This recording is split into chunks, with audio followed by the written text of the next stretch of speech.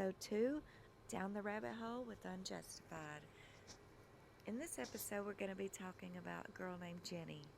Jenie's story is very touching and very heartbreaking. Jenie's story takes place in 1970. Social worker discovered a 13-year-old girl who was still in diapers and whimpered like an animal. Clearly something was terribly wrong. Her story is going to begin with her father, Clark Wiley. Mr. Wiley? Yes. Why did you keep your daughter in a room? Mr. Wiley has no comment. No comment. We haven't had time to discuss the charge. We haven't even seen it. Clark grew up in foster homes in the Pacific Northwest. He married a lady named Irene. When we interviewed Irene, she would make no mention of the family whatsoever, particularly the children. Irene was a Dust Bowl migrant, 20 years younger than him. Clark was a controlling man who hated noise. He did not want children, yet the children did come. The first child was a baby girl. She died after being left in a cold garage. The second died from complications at birth, possibly thought that Irene had been abused during pregnancy. And then the third was a son, 5 years later, by the girl who would be known only as Genie. When a drunk driver killed Clark's mother in 1958, he went into anger and paranoia. He brutalized his son and locked his 20-month-old daughter alone in a small bedroom, isolated and barely able to move. She had been kept isolated in a room at the back of the house. In this room there was a potty seat to which she had been harnessed without any clothes, just naked, and left to sit there day and night. She was in this room for 12 and a half years. She had spent her childhood in almost total isolation. Her brain had been deprived of a nurturing environment and left to grow in solitude. The effect was devastating. Genie had the mental age of an 18-month-old infant, unable to talk. When she was not strapped to a potty seat, she was constrained to a type of straitjacket with wire mesh covering on her crib. I already knew that the child was 13 and a half years old, and I really had a hard time conceiving of the idea that the child was the age that she was. She was still in diapers, couldn't walk. She had no verbal skills at all at that point. Looks the same as it did in 1970. The house belonged to Clark Wiley. A loner, Clark had turned his back on the world after his mother had been killed in a hit-and-run accident. After the accident, things in the Wiley house would never be the same again. The house was completely dark. All the blinds were drawn. And there were no toys, no clothes, nothing that would ever indicate to you that a child of any age lived. The child's bedroom was back in this corner. That was the bedroom. The windows were covered to about 3 inches from the top, which was the only natural light that had ever come in there in all the time the child was in the bedroom. The entire furnishings of the bedroom consisted of a cage with a pull-down chicken wire lid and some type of piece of wire securing it when they closed it down. There was a potty chair with some kind of homemade strapping device. For 13 years, Genie had spent her nights locked in bed, her days strapped to a potty chair. Wiley demanded silence with his fist and a piece of wood. This is how Genie passed the 1960s. Irene was very fearful of him, and she had very poor eyesight. During that time, Clark had ordered his son John and wife Irene never to talk to her. In her darkened room, she had led a life of near total isolation. Finally, in 1970, things happened very fast after she walked into the wrong welfare office. After 13 years, Genie was at last free, and for scientists, she was just the case they had been waiting for. Wiley was charged with child abuse, and then 15 minutes before his court, he shot himself in the head. Genie's parents were both charged with willful abuse. 15 minutes before he was due in court, her father put a gun to his head. He did leave a suicide note, and it read, quote, "The world will never understand," unquote. Jenny, a ward of the court, was moved to Los Angeles' Children's Hospital. Genie was as much a feral child as if she had been brought up by wolves. Pediatricians, psychologists, and other experts from around the United States petitioned to examine and treat her. This was a unique opportunity to study brain and speech development. Genie's case was so scientifically important that the government funded a team of scientists to help answer the many questions she posed. Neither had ever encountered a case as extreme as Genie's.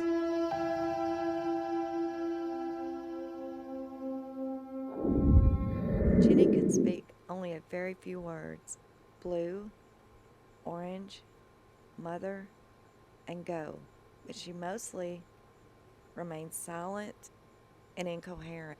When she walked, she more shuffled. It was more like a bunny hop, with her hands in the air like a rabbit. If she got stressed out, she would urinate and defecate on herself. The doctors actually said she was the most profoundly damaged child that they had ever seen. At the time Genie was found, brain science was in its infancy. But today, we have a much clearer picture of what actually happens in cases of extreme neglect like Genie's. In Genie's brain, the left part of her brain, her cortex, that has those neural systems responsible for speech and language, because she never heard any words and because she was never spoken to very often, they didn't get stimulated.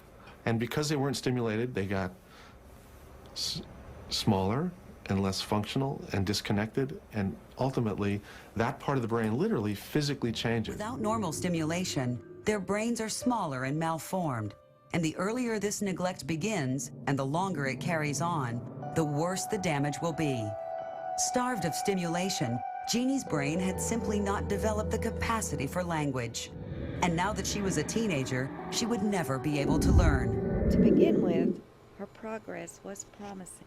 Jenny learned to play, she dressed herself, and she really enjoyed music.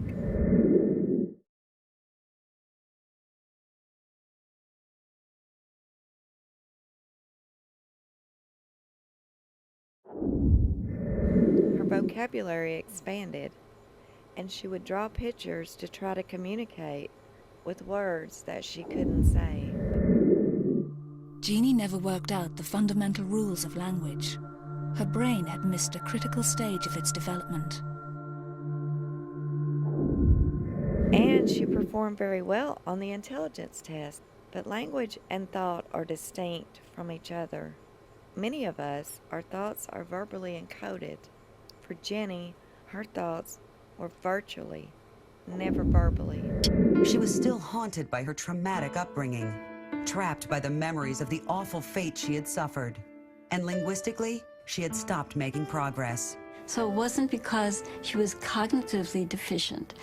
In other respects, it was because she was cognitively deficient in this island of human mind, the mental faculty that we call grammar. One of the few surviving members of the research team says she was very smart.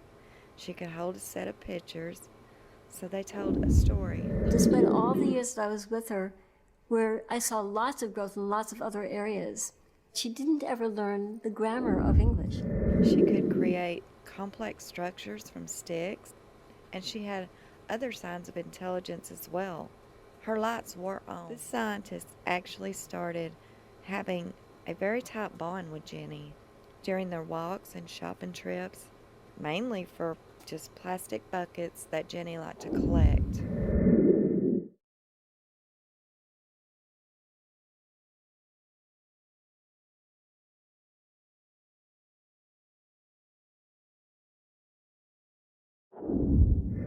Her curiosity and spirit also enchanted the hospital cooks, the orderlies, and all the staff. But forming words into sentences that beyond a certain age, it is simply too late. The window seems to close between 5 and 10 years old. So does language make us human? Susie soon discovered that Genie was highly intelligent and extremely curious about the world. I was really hopeful because she was just insane. Her assumption was that everything had its own label. Every shade of color had its own label. It's dark, yes. To know very little language and still be fully human. To love, form relationships, and engage with the world. Genie definitely engaged with the world. She could draw in ways you would know exactly what she was trying to tell us. And everything around her, she wanted to know the word for everything around her. She wanted to engage people all around her. She was not mentally deficient. Her lights were on. And yet there was no Helen Keller-style breakthrough with Genie. By 1972, feuding divided the carers and scientists. This potential conflict of interests raised tensions among the many people involved in her life, and a tug of war erupted over the child. Jean Butler, a rehabilitation teacher, clashed with the researchers and enlisted Irene, Genie's mother, in a campaign for her control. Each side accused the other of exploiting Genie. Irene decided that Susan Curtis and the other academics had become too close to Genie. A lawsuit followed. Research funding dried up and Genie was moved to an inadequate foster home. Irene, her mother, actually regained custody. On her 18th birthday, Genie moved back with her mother Irene into the house in which she had been so terribly abused. But after only a few weeks, it was clear that Irene couldn't cope. Only to find herself overwhelmed. She could not do it. So Genie went to another foster home. Then she went through a series of state institutions under the supervision of the social workers. Genie's story did not have a happy ending. She went through a string of foster homes, was abused in one of them, and stopped talking altogether. Genie's progress swiftly reversed, perhaps never to be recovered. A journalist called Genie a scientific tragedy painted a bleak portrait, a photograph from her 27th birthday party. In his book, and I quote, he said, "A large, bumbling woman with a facial expression of cow-like incomprehension. Her eyes focused poorly on the cake. Her dark hair had been hacked off raggedly at the top of her forehead, giving her the aspect of an asylum inmate. A professor of psychiatry said she was miserable, stooped, and seldom made eye contact. It was heart-wrenching."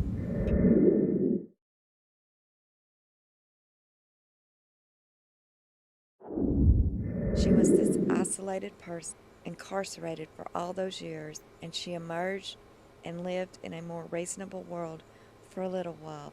And she did respond to this world.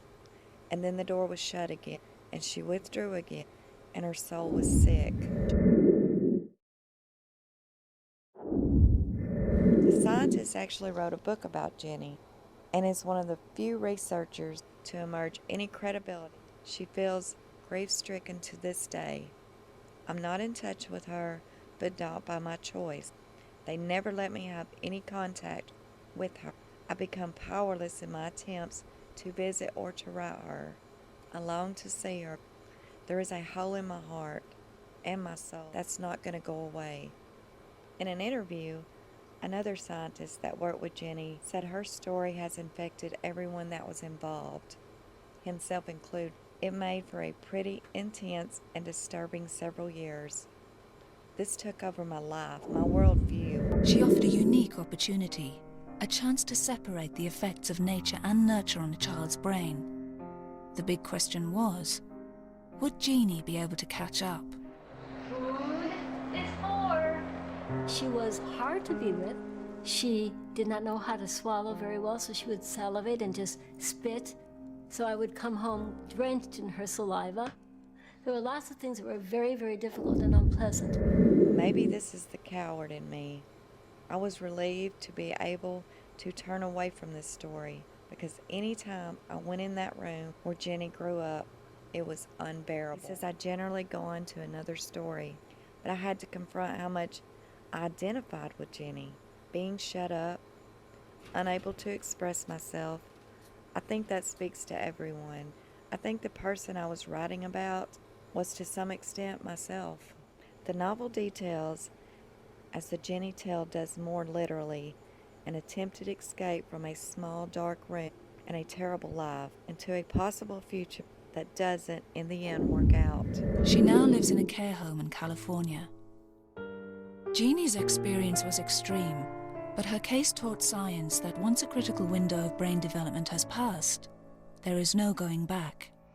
The legacy of Clark Wiley's abuse never released Jenny's brother. After the beatings and witnessing his sister's suffering, he told ABC News in 2008 that I feel at times God failed me, or maybe I failed him. Jenny's brother saw her for the last time in 1982, and he also lost touch with their mother. Their mother, Irene, died in 2003. He says, I tried to put Jenny out of my mind because of the shame, but I'm glad she got some help. After brushes with the law, he settled in Ohio and worked as a house painter.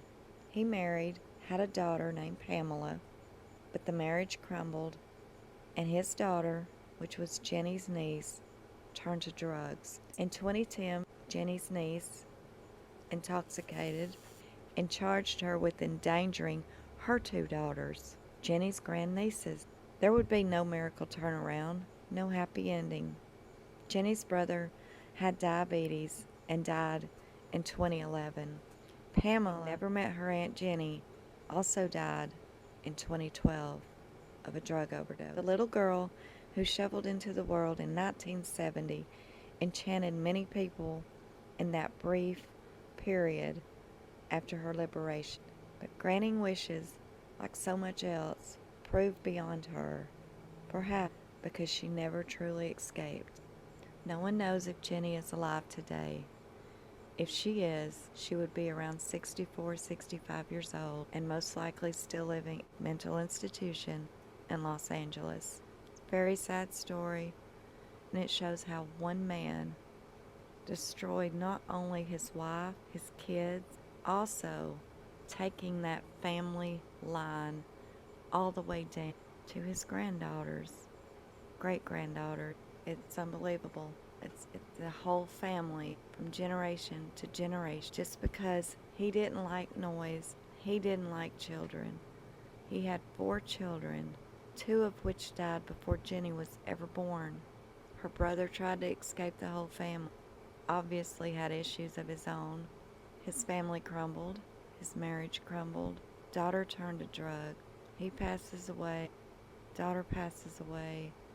And now there's daughter's 2 children. Who knows where they're at? Let's just pray those 2 granddaughters, they do grow up and have a fulfilling life and break the family curse that Clark Wiley put on his family.